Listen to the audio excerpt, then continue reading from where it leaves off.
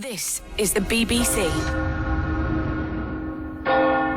Dear brothers and sisters, all are welcome here at the Confessions podcast, whether saint or sinner. Hello and welcome. It's another Confessions podcast from your friends at the BBC. BBC Radio 2 to be more specific, here in Wogan House. This is where the sinful members of the public, and boy are there lots of you, come to tell their tales of deceit, debauchery and deception, and seeking forgiveness from you, the Parish of Radio 2. And before we begin, I'd like you to be upstanding for our newest member of the Parish, who appears to want to be known as Madam Jojo. Are you entirely sure about that? I don't feel like a mother superior. No. I don't feel like a sister. And No. I don't know. Madame Jojo was a place of some fruity behaviour, I think, in Soho. So I thought maybe it was quite fitting for Confessions. Oh, right. So they're actually... It's a club, yeah. Is it a club that still exists? I don't know if it still exists. Need to research that. Maybe they'll sue me for stealing their name. But no, it was a place that people used to go to, like a cabaret. And they had lots of... exciting goings on there, so I think Madame Jojo could work. Yeah. Okay. So, but you can call me what you like. To be honest, I really don't mind at all. But Jojo is fine. Yeah, Jojo's good. Okay, all right. So, explain some of the things coming up in this week's collection. Okay, so we'll be bringing you Dave's Confession, Sign of the Crimes. We have Bob the Handyman's tale, The Flame of the Game. We have T's Fake Tan Faux Pas, Stand By Your Tan, and a classic confession from the crypt featuring a hat prank. First of all, we're going to start with Lucy's confession. This is humorously entitled, I'm Brandy, Try Me. Please be seated. Simon and the fellows of the Fortress of Forgiveness, my confession is on behalf of my father, who, now in his 80s, accepts it's about time he stopped dining out on this story and held his hands up, admitting he oughtn't to have done what he actually did. Let me take you back to the early 80s when my mother was a well-respected artist and was commissioned to weave an enormous tapestry for P&O for a new ship that they were building. It was a fantastic, if not daunting job. However, she managed it and the company were eager for her to come down to Southampton to ensure that she was happy with where they were hanging the tapestry. She was also invited, along with my father, to celebrate the launching of this amazing new ship. It was to be a very prestigious occasion, and Lady Di was going to be there to name the ship. We lived in Aberdeen at the time, so we had to stay with friends the night before the launch. Now, as proper Scottish hospitality dictates, my dad took some special malt whiskey down for our hosts to say thank you. There are lots of confessions which all have this line in it, that we were going to celebrate, or we had a special bottle for this particular evening. But anyway, just to say thank you, but also to toast Mum's success. And I believe they had a very, very good night. The next day dawned and Mum and Dad headed off to the launching of the new ship. Dad, unsurprisingly, had a rather sore head, and Mum also was struggling. They met all the dignitaries, they had a lovely meal on board, followed by some excellent brandy, which Dad said really helped his head. Does that actually work? Yes. There speaks the voice of experience. So if you've had a lot of whiskey the night before, if you have a brandy the next day, that's a good thing. I'll try tonight. Oh, okay, all right. Now, my mum was never a great fan of parties, so as soon as it was over, asked my dad if they could please go. They waited until the royal entourage had gone down the gangplank and then started leaving themselves. However, in my mum's haste to leave, they caught the attention of one of the stewards, who kindly, but wrongly, led them down the gangplank and directed them along the red carpet and onto the awaiting train. Brilliant. The royal train. Which their second-class tickets probably didn't deserve. Anyway, they instantly realised their mistake, but couldn't go back as the cheering crowds and the police were keen for them to climb on board. So they did, and this train seemed a great deal nicer than the rather grubby, shabby one that they'd arrived on earlier. Mum and Dad sat down and waited for security to come and throw them off. But it never happened. Within minutes, the train started moving and the police cars followed it down the platform, holding the crowds back. My parents were beginning to sweat rather by now, as you can imagine they would, but felt that they ought to wave back at the friendly cheering crowds. Hi! They must be some minor European royals, thought the crowd. Then a butler appeared and said, "Good afternoon." Actually, I could do a Parker voice. "Good afternoon, madam and sir. Might I bring you something for the journey?" A little dumbfounded, my dad said, Yes, would you be able to provide some headache pills?" Of course, milady.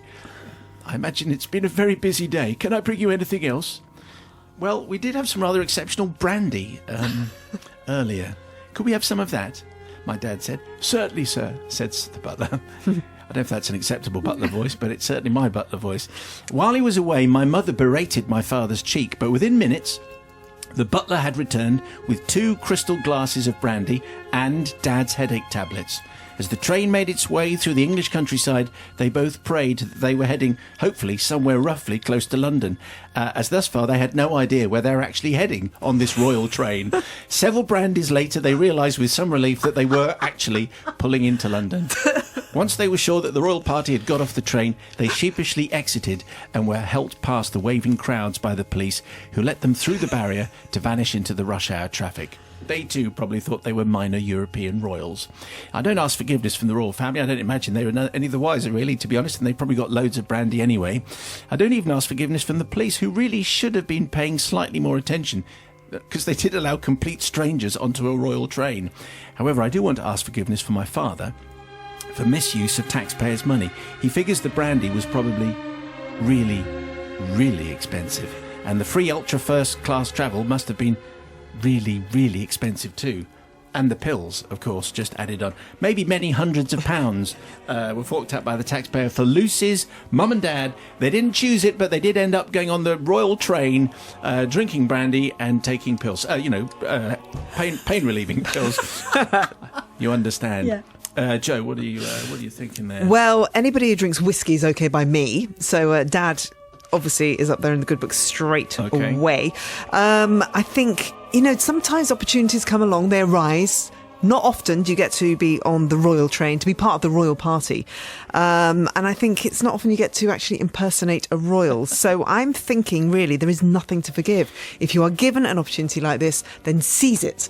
And, if your head's hurting, obviously you need some headache pills as well. And if there's brandy going, why not? So totally forgive them. It's going to be a high-class hangover that they had the next day. Anyway, impersonating junior members of the royalty, what do you say, Sister Bobby? Fortress of Forgiveness, I think, is fully open, Lucy, to your dad, because I think this is lovely. There's no kind of real intent or malice, and it was a big mistake, and they could do nothing really than just get along with it. That actually caused the least grief. Had they said, we shouldn't be on here, they'd have had to stop the train, then there was no intent or worry for anybody else or security staff. True. You did the best thing. In fact, I'm surprised you didn't ask for sandwiches as well. I mean, you could have been fed and watered, and it took you to London as well. So let's face it, you're in your 80s, you've probably gone through 2 wars, I'm assuming a lot there, of course, that you deserve a trip on the royal train in your 80s. Well done, forgiven. The Confessions Podcast. So, Father Simon and the Holy Jurors of Justice and Forgiveness, I'm right. This is from Bob the Handyman. That's Bob the Handyman. I'm writing everything down because I've noticed Bobby does this and she draws stuff as well. I noticed Simon doesn't tell you how to spell it, which is... Yeah, he used to do. B-O-B? Yeah, no, I know that. I know. Okay. See, welcome to my world, Joe. I am writing to seek forgiveness for a sin that goes back more than 30 years, and one that has haunted me ever since. The year before, I had left Her Majesty's Armed Forces after serving 9 years as an RAF telegraphist. But with there not being much call for my rather obscure trade at the time, I did whatever I could to earn an honest crust. I've always been a practical and hands-on type of chap, so I mowed lawns, trimmed hedges, cleaned blocked drains, dug gardens, sorted out dead wisteria, wallpapered living rooms. That's not... I just added that one in. Bob, I've got your number.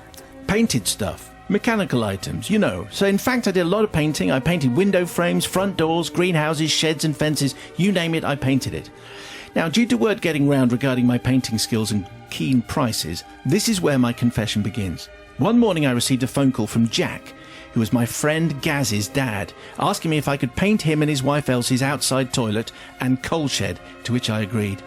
I turned up on the agreed day armed with tins of paint and brushes, gloss pine green for the doors, gloss black for door handles and hinges, gloss white for the door frames and interior woodwork, and white emulsion for the walls.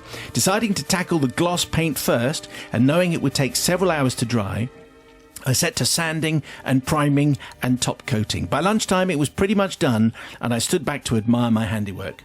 I'd stepped outside to get a wide brush and paint stirrer from my bag when Jack appeared from the kitchen door with a rolled up newspaper under his arm and his pipe in his hand. "Elsie's made you a bite of lunch," he said as he headed towards the recently painted toilet door. "Don't worry, I'll mind the paint," he added, carefully closing the door behind him. Now, what I didn't know and what I only found out from Gaz several days later was that Jack was a creature of habit, and Elsie had banned him from smoking that horrible smelly pipe in the house. So every day at around 1 p.m, come rain or shine, he'd take his morning paper, a pencil to do the crossword with, his pipe, and a box of matches, and head to the outside loo to allow him half an hour spent in simple pleasures in a cloud of pipe smoke. You might be able to guess where we're going here. I was just about to take my seat at the kitchen table for lunch when both Elsie and I simultaneously heard a shout of alarm, followed by a howl of pain, followed by a dull thud, followed by another yell of pain, followed a few seconds later by the sound of the outside toilet door being flung open and rapid footsteps heading away from the house. We both ran to the kitchen door to see Jack on his knees on the lawn with his lit pipe clamped between his teeth, his trousers just above his knees, clutching at his nether regions. He was also covered in white emulsion. You see, Father Simon, what had happened was there was a small hand basin in the toilet, and I had cleaned my gloss brushes in it with white spirit before drying them with toilet roll. Normally I'd carry a selection of rags with me specifically for that purpose, but on that day I must have left them at home. Not knowing quite what to do with the aforementioned toilet roll, I dropped it into the toilet, fully meaning to flush it away. Then Jack had appeared at the door, and lured by the promise of lunch, I forgot to pull the chain. Apparently what happened next was that Jack placed his newspaper carefully on top of the toilet roll holder, along with his pencil, settled himself down, and after striking a match and lighting his pipe, he dropped the lit match between his legs. No! And into the toilet bowl. You can only imagine the scene as the accelerant-soaked toilet paper has ignited and the flames licked at his underpinnings, shall we say. But what do I know for certain? Well, I know this. He leapt vertically from his seat and his shoulders struck a shelf fixed to the wall at about chest height. On it was a toilet duck, a spare toilet roll and a freshly opened tin of white emulsion, which also shot into the air and then fell to earth, covering him in dewlux as it went. I don't believe he was badly injured, and apart from being a little scorched, he seemed absolutely fine later in the day. And Elsie had popped him in a cool bath and had applied copious amounts of butter to the affected areas, although I must say he was doing a very passable John Wayne impression when he came round to inspect my work and pay me. Unfortunately, neither Jack or Elsie are still with us, but this has weighed heavily on my mind ever since. I need forgiveness from Jack, wherever he is, because after that day's shenanigans, Elsie apparently forbade him from ever smoking his pipe in any part of the house ever again. And especially I'm sorry to Elsie, because rather than do the honourable thing and admit what I'd done, I suggested that the cause of the sudden jet of flame leaping from the toilet was due to a build-up of methane. That might have bubbled up somehow inconveniently and ignited the drop match. Even worse, that theory gave Elsie a morbid aversion to toilets for the rest of her life. Apparently, mind you, that's a bad extreme. That's a little bit, really. I don't know how you're going to cope with that. Anyway, Bob the handyman, basically, white spirit and matches and smoking doesn't really go well together. Anyway, Joe, what do you reckon to that then? Well, in the beginning, I was liking Bob and I was trusting him because he said himself that he was an honest chap and he was a handyman, the kind of person I really need in my life, because I'm certainly not married to one. So I was thinking, yeah, Bob is the kind of guy that I would trust, very much indeed. He sounded very diligent, very conscientious, and I couldn't see where he could possibly go wrong. However, to do something as irresponsible as putting the toilet roll down the toilets, soaked in white spirit, for poor old Jack. Was it underpinnings? Is that what you called it? I think, yes. Yeah, to set fire to his underpinnings. Flames licked at his underpinnings. Yeah, okay.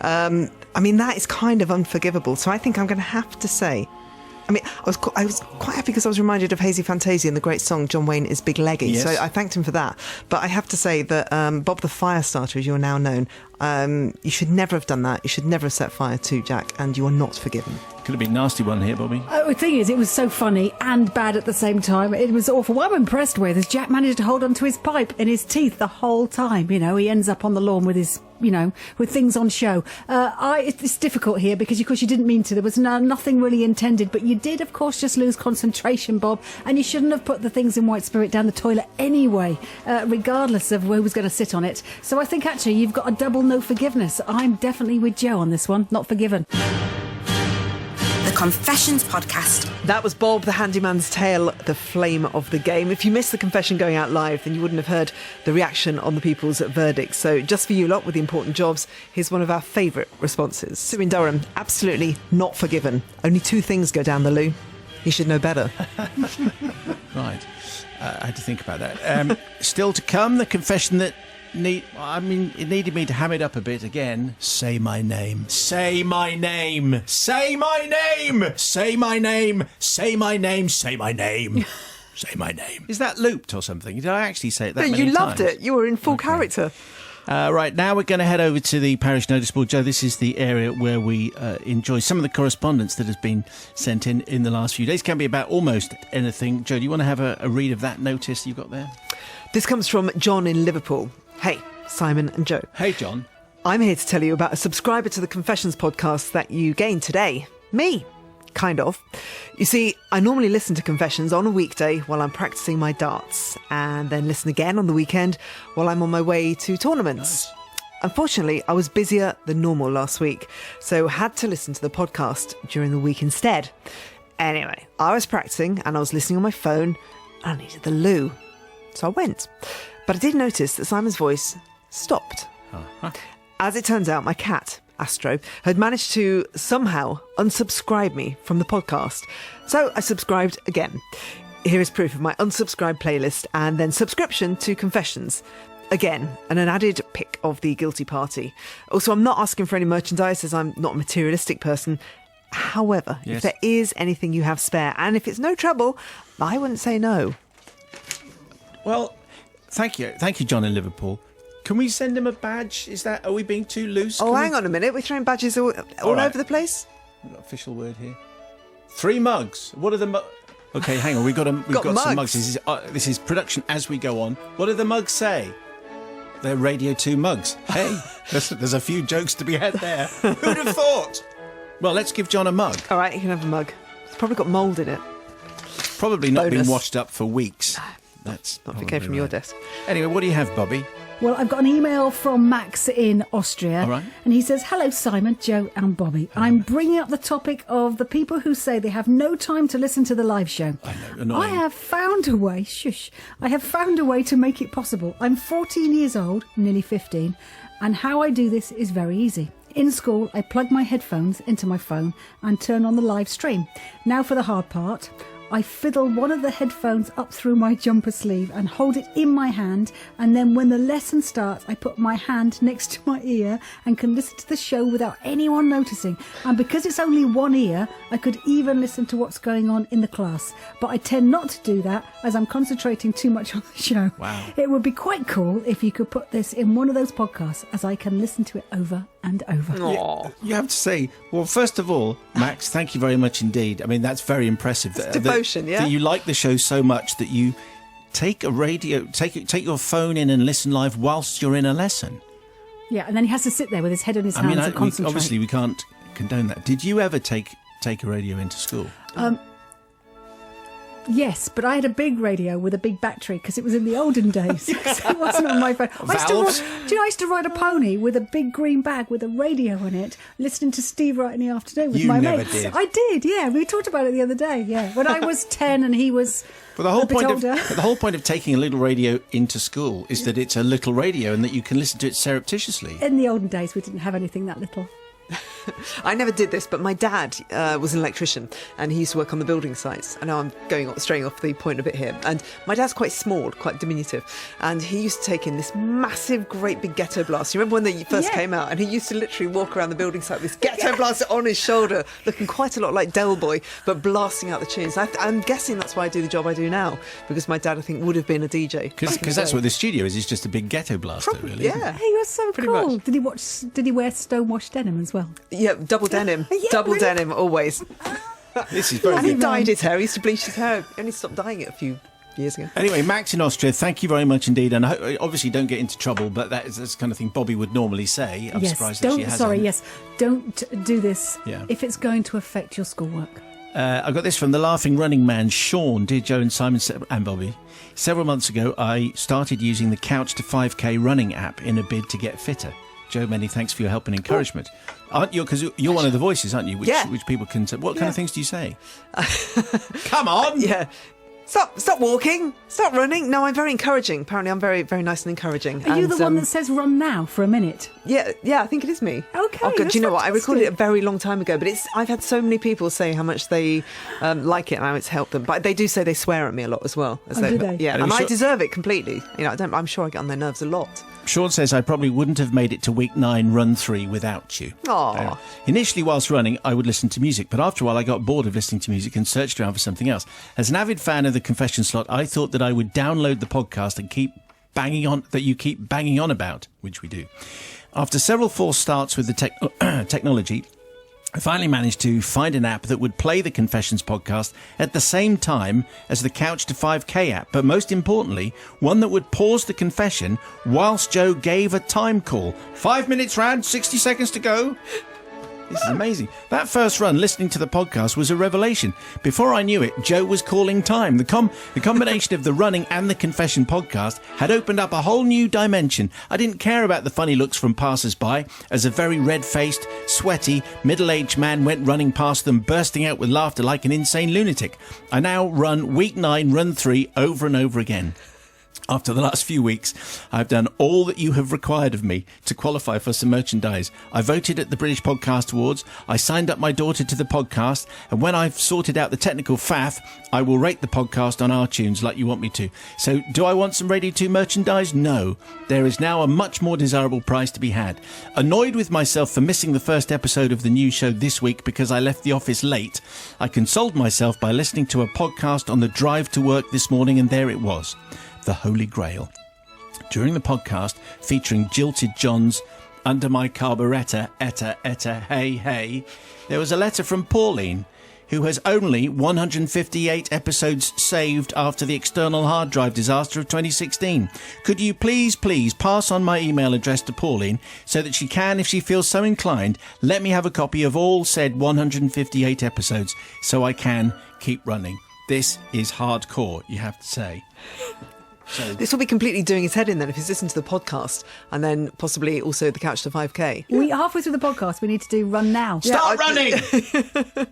Stop! So every confession you need to run. That's what it should be. Yes, Yeah? yes.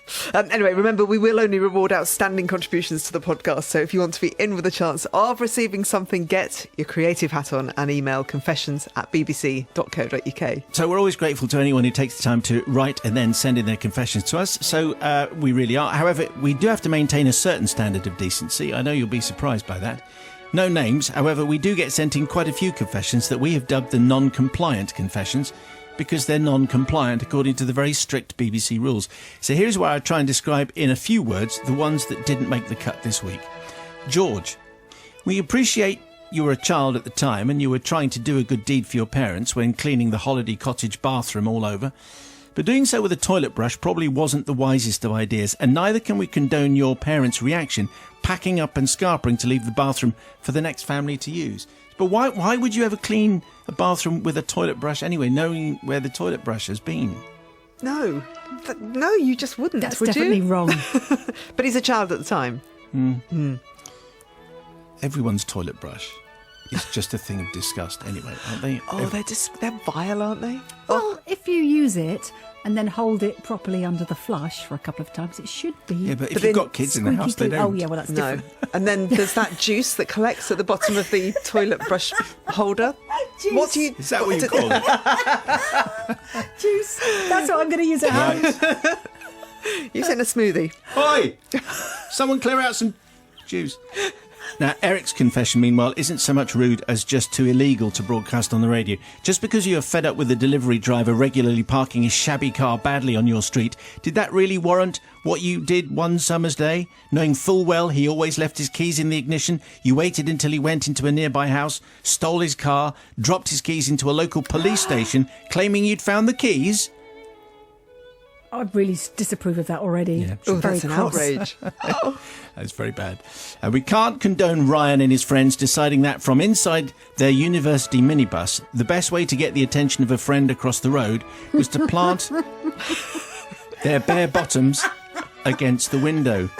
Classic university behaviour. It was so on the wall. Surely there are photographs of this. Surely. Sadly for everyone, the force of 3 bottoms caused the window to fall out onto the road, way. narrowly missing a passing cyclist. I think we should have done that one. I think that was fun. Anyway, just to be clear, none of those are okay, apart from the last one. Send us your confessions, please, but ask yourself, will you be able to look anyone in the eye afterwards? It's confessions@bbc.co.uk. Right, enough of the grubbiness. It's time to get back to this week's confessions with Dave's story, Sign of the Crimes. The Confessions Podcast. Father Simon and the Hierophants of Exculpation.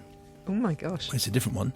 This one comes from Dave. Thank you, Dave, for this. It's going to require a degree of acting from me, but anyway. Forgive me, for I have sinned. I collect autographs.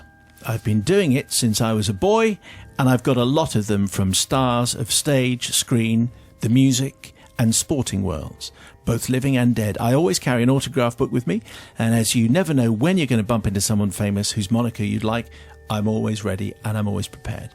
My job as a contractor has taken me around the world and given me many opportunities to fill more and more pages in my little blue books.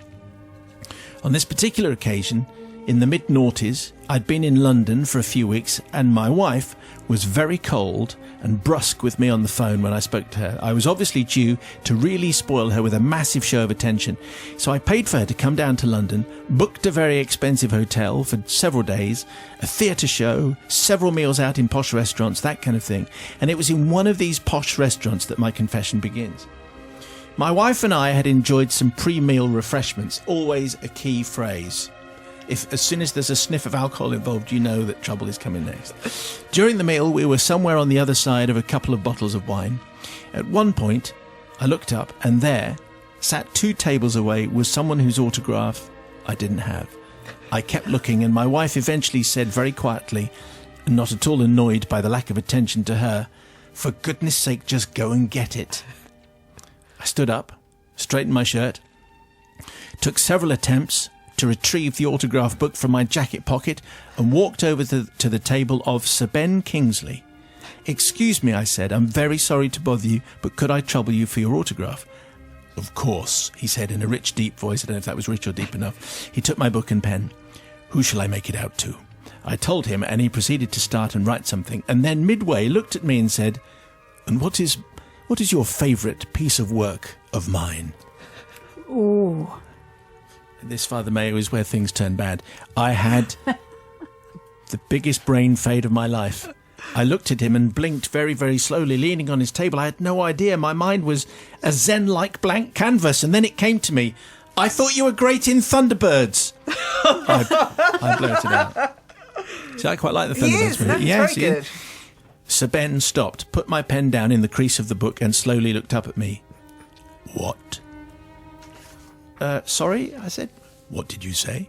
I was starting to feel a little uncomfortable, but repeated, "I thought you were great in Thunderbirds.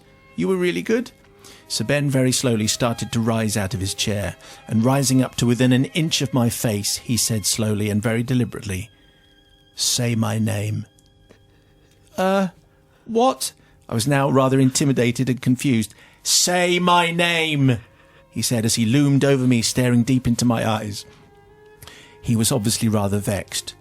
"I'm sorry," I said. "Say my name!" he boomed. "Say it! Say my name! Say my name! Say my name! Say my name!" Ben Kingsley? "No, no, no!" "No? No!" he roared. I managed to break away, and I ran for it, quickly snatching my autograph book as I made my escape. My wife was already standing with my jacket. Everyone was looking at us. As I got to the front desk, we paid hastily. We left very quickly. Sir Ben was still raging to his dining companion and the dining room in general as we got back in the taxi and went to our hotel. So, Father Mayo, I seek forgiveness, firstly from my wife, whose special dinner I ruined with another stupid autograph. I also seek forgiveness from the other diners, whose special meals were ruined through my actions and drunken stupidity, and to the maitre d', who I left trying to calm down a very angry night. I also seek forgiveness from Sir Ben Kingsley, whose fine body of work I totally forgot when placed on the spot, only managing to remember that terrible Thunderbirds film. I quite liked it. And then Dave concludes like this. But mainly, I would like to seek forgiveness from Sir Patrick Stewart, who was the person who actually signed my autograph book that evening, and who wasn't, in fact, Sir Ben Kingsley at all. Sir Patrick is a fine writer, a fine actor, but on that occasion, I'm afraid I found him rather angry and rather loud. You can imagine why. Anyway, with apologies to Sir Patrick and to Sir Ben, it's Dave's tale. Okay, so Joe, here we go. I don't know what movie this one's going to find you in. What do you think? No, just thoroughly entertained. I thought that was completely brilliant. I love Patrick Stewart. I did think it was. He sounded very much like Ben Kingsley in Sexy Beast when he was utterly terrifying. So I thought maybe he was going to, morph into that role. But I just, completely and utterly forgiven. Just for the entertainment of giving us that story. Until I got to the last paragraph, I thought, well, we're not going to be able to read this one out because obviously, Sir Ben sounds as though he's just a little bit unnecessarily cross. And then, of course, it turns out it isn't Sir Ben at all. It is Sir Patrick. Sister Bobby, Well, a mistaken identity between two famous people. Usually it's someone that you mistake as famous and they're not. It's somebody just every day and you get that wrong. So I've done that all the time. I'm caught here because you disturbed him during his dinner and he was quietly eating and he was very generous and said, yes, of course. So at the very least you could have done is got the right person. So in some ways I appreciate his anger because you didn't even know who he was and he disturbed his dinner. So I think, Dave, although I do feel for you, but also it was meant to be your wife's special dinner. So I'm going to be really hard on you and go, no, you are not forgiven. The Confessions Podcast. This is the place where penitents seek our pardon for their sins. Dear Simon, Joe and Bobby, my story takes place I think you might relate to different aspects of this story. It's a seasonal story. My story takes place in summer during the school exam period, when I was working as a supply teacher at a rather unpleasant school. After a tough day at work, I would cheer myself up at home with a glass of wine or two on my sunny balcony.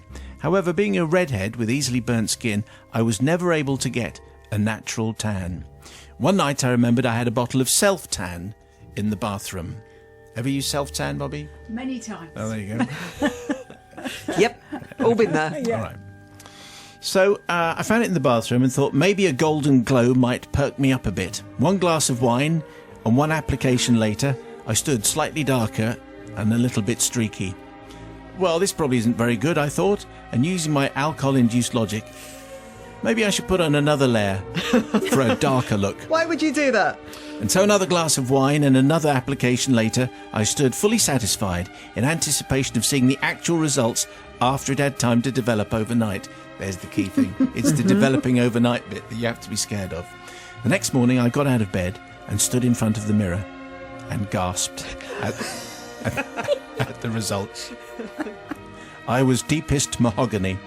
I headed to the shower to wash off the excess, and after drying, the darker, streaky sludge colour had washed away to reveal a rather gorgeous deep orange. I basically looked like an Oompa Loompa.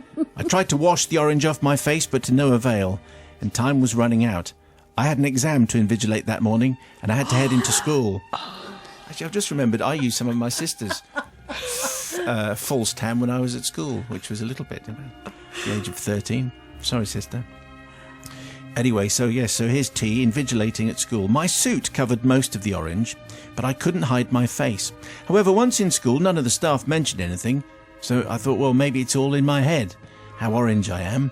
Anyway, once in the English exam, the students concentrated on the task in hand with their heads down. Mostly.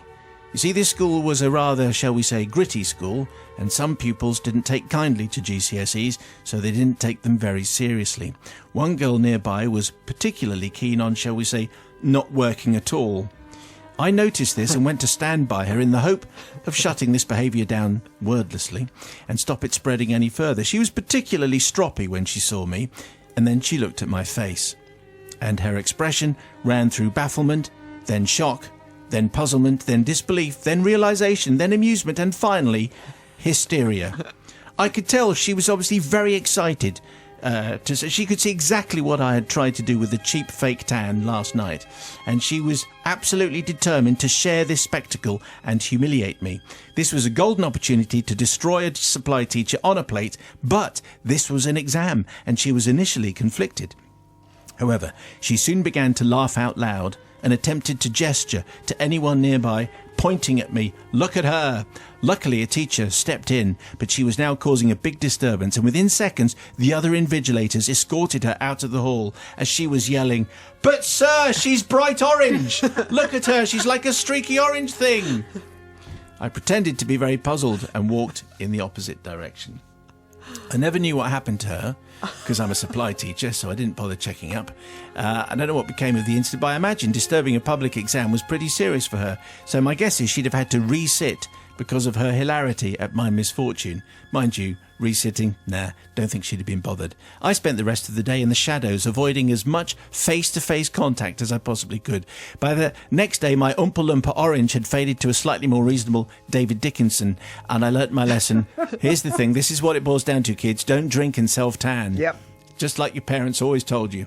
I seek forgiveness not from the girl who was most unpleasant and had no intention of doing her exam anyway, or the unfriendly staff who had to deal with her, but from the pupils who were disturbed during their English exam that day, who no doubt heard about the strange orange invigilator. The legend of the orange invigilator continues to this day.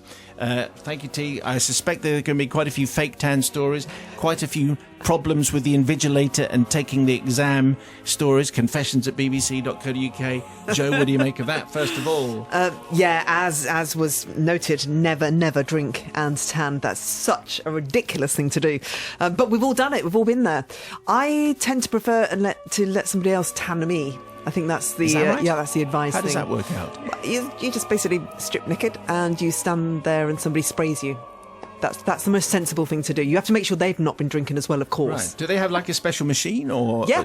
Oh yeah, they have special machines. They Yeah. don't squirt it on, like you maybe from the garden, thing for squirting, getting rid of. Like fertiliser, Yeah, weeding. that kind of thing? It's very much like being weeded. Exactly. Now you have somebody there, and then they kind of start at the top, and then they work all the way down. Then they tell you to turn around, and then they work all the way in. Learning so much. Anyway, but so is that Back to the confessions, Yes. though. Yeah. I think. Well, it is something that everybody has done. We've all been there, and so therefore I think I will forgive, because I'm sure there wasn't that much disruption to the other kids. What do you think, Bobby? Well, I wonder if the T stands for tangoed, if anyone remembers the 90s adverts you've Yep. been. Yes. So that's More what I was product thinking. Obviously, other soft drinks are available. But the other thing about this, I think I've done this, and the problem is, of course, is you fall in love with the potential. The idea that tomorrow you could wake up a nice, lovely, dusky colour and it will look gorgeous. That's the problem. That is always the kind of lure. What happens is you're meant to exfoliate and moisturise before, which of course most people don't want to do. Yeah, you have to moisturise the knuckles and the wrists and all those areas. And your knees go orange. That's what I've noticed. I have a And the woman ankle with orange bones. knees, yes, because it's too. That's where I don't it even sits. understand this conversation. I know. I thought you wouldn't. So anyway, but Misty, I'm going to forgive you because, of course, you meant well, and it's hilarious. And poor you, the embarrassment. What can you do? You can only wash off so much. So of course, you're absolutely forgiven in this case. We'll take. Sorry, yes, Joe. No, I was just going to say, it obviously brings to mind the Friends episode, which you have to mention when you're talking about tanning, and the booth in which Ross went in and was sprayed umpteen times, and then was again the David Dickinson orange. The Confessions Podcast. That was T's fake tan faux pas, stand by your tan. Well, we learnt, actually, that Simon had once had his own fake tan experiment, and his sister grasped him up and said that it actually wasn't her fake tan that he'd borrowed, but he'd been and bought it himself. Did Did you hear that, Bobby? Yeah, I did you did. know that? I absolutely deny that happened, because what would a course you 13-year-old do. boy be doing buying fake tan? Trying to look cool. Trying to look like Simon Le Bon. What was your alter ego called? Was it George? Peter from Germany. Maybe it's Peter from Germany. Mate, No, I he wouldn't blame have a tan, would he? I'll blame it on Peter from Germany. Anyway, T's confession prompted this reaction on the people's verdict. Andy Frost in Hinckley, after today's confession, it's times like this that you have to wonder, what would Scott Mills do? What are you suggesting? What are you suggesting? Is Scott say Mills' nothing. skin colour not natural? Is that what you're saying? I couldn't possibly say. Anyway, Have you seen him? Well, I just thought he was very healthy. Had a glow. Orange kind of way. Anyway, that's it from this week's batch of confessions. Send in your own, please. Confessions at bbc.co.uk. Now it's time for us to delve into the BBC crypt and dig out a confession from years gone by. And this week's goes back to 2010 and has been requested by Paul Clues, who says, I would very much like to hear again the confession that involved a work colleague who wore a bowler hat to work. I do hope that you can dig this confession out. I really enjoyed it at the time, but it was from several years ago. So we managed to find it. Paul, this is it, just for you. The Confessions Podcast. The Drive Time Confessional Collective is gathered looking pensive. They have pencil and papers, though heaven knows why. But they're all here and ready. And if you have a confession, you can drop us a line. You can do it online, or you can send us an email, confessions@bbc.co.uk. This from Ian. Dear Simon, do you remember when the man at the door came from post office telephones? My story goes back that far. In fact, it goes back to the late 60s, early 70s. The story, as told to me some years ago by an older colleague, was based in one of those mysterious old GPO buildings. One of the people at this place, let's call him Tom, went for a walk one lunchtime and passed a certain men's outfitters and hire shop. Now, this was a time when even city gents were bowing to fashion, so someone at the shop had decided it was time to dispose of old-fashioned items, among which was a large stock of bowler hats. Tom used to love watching The Avengers and had always fancied himself in a bowler hat, so when he saw that they were on sale at the knockdown price of 10 shillings, which of course Rebecca was 10 shillings. I can't do that off the top of my head. 50 pence. 50p. You're in charge of money. Absolutely. I told you my brain's shrunk. It was on the knockdown price of 10 shillings. He was delighted to buy one. Better still, the shop would even monogram the hat inside for you. Proudly, Tom returned to work wearing his new bowler hat and a half-suppressed smile of pride. Bill was there to greet Tom on his return. He expressed admiration for Tom's new headgear and told him how good he looked in it. Tom went off to work and Bill went to find the others because he'd had an idea. Half an hour later, Bill presented himself at the shop with a 10-bob note, 50p, the proceeds of a whip round, and bought another hat bearing Tom's monogram, but 3 sizes bigger than the original. Quietly, he stole into work, swapped the hats over on a peg, and hid Tom's real hat in his locker. Bill and his colleagues positioned themselves as discreetly as possible near Tom's hat peg when it came time to go home, pretending to be busy or in deep conversation. Tom approached the peg, put his coat on, and proudly placed the bowler hat on his head. Of course, it went right down over his ears. Bill and the others shuffled away to snigger to themselves while Tom inspected the hat, saw his name inside and tried it on again several times. Eventually Tom went and found some newspaper, folded it up and placed it round the inside of the brim so that he could wear the oversized hat perched on his small head. In the morning, Tom reappeared and hung his hat and coat up. Bill waited his chance until later in the day and in a quiet moment swapped the hats over, but putting the newspaper inside the original hat. Home time came and his colleagues hung around again to watch Tom trying to jam his hat on his head and looking in consternation at the hat in the mirror. After several tries, Tom took the paper out, placed the hat on his head. A perfect fit. The next day, when no one was around, Bill did the dirty deed again, this time putting the big hat on the peg and hiding Tom's original. The procedure was repeated the day after as well, and each time his colleagues watched Tom trying to jam a hat on his head or having it fall over his eyes. On the 4th day, Tom didn't appear for work at all. His wife called in to say that poor Tom was off sick. He'd gone to the doctor. He thought he had a worrying condition, explaining that while he felt well in himself, for some reason his head appeared to be shrinking and then growing again. Ian says, do you think your listeners would grant absolution to Bill, who, though he made Tom a little concerned about his health, did him no lasting harm, helped to deplete a stock of outdated merchandise and gave the world a story, even though he had to be off sick because he had a very rare head complaint. It was getting bigger and smaller day by day. We turn to Brother Matt first of all. Does Bill have anything to do at work? He spent 4 days on hats and newspapers. He's got nothing to do. No, he's not getting... he's not going to get any forgiveness from me. He clearly is one of the most irritating people in the office. Work-shy Ian, that's his name. Yes, Mother Superior. Well, I think it was funny, probably, for the first time. And I think it's really quite mean to have done it for as long as he did and made this poor man think that there was something wrong with his head. So, no, I think you're a silly boy and I wouldn't forgive you. Rebecca? I agree with Matt and Sal. I think it was very mean. It was obviously very upsetting for him to have to take a day off, or however many days he took off. And so, no, he's not forgiven. The Confessions Podcast. That was your confession from the crypt this week, also featuring Matt and Rebecca and Mother Superior in her original form. That was it was a strange one from a long time ago, but it was a cleverly worked out prank. But it's quite cruel, wasn't it? It was making someone think their head was getting bigger and then smaller. The thing is, though, it started off quite innocently. I don't think you could really realise the impact Makes you think, though, I doesn't think that's fair enough. If you have a request for a vintage confession, then we'd love to hear from you. Please send over the details to confessions@bbc.co.uk and we'll do our best to dig them out from the crypt. Time to decide on a code phrase for the podcast. If people listen to the whole thing, they get the code word and then they tweet it, thus proving to the whole of the Twitterverse how amazing they are, that the fact that they continued right the way through to the bitter end. And this is the bitter end. This week's code phrase is... Oh, we've got some options. I like the second one or the third one. Which do I you like think? the third one. Should we do the third one? I just like the way you say it. Okay, this week's code phrase is licked his underpinnings. I'm saying nothing else after that. But if you do have something to get off your chest, send in your own confession to confessions@bbc.co.uk. And don't forget to subscribe to the Confessions podcast. You can hear mine and Joe's early evening show from 5 p.m. Weekdays on Radio 2. And you can find Confessions around about 10 past, 6:15. Joe, you've been fantastic. Sorry, Madam Jojo, thank you very much. You've been more fantastic. Bye, Simon. Bobby, Have I been okay? you've been absolutely okay. The most fantastic. I possibly The can most be. satisfactory ever. The Confessions Podcast. Go in peace.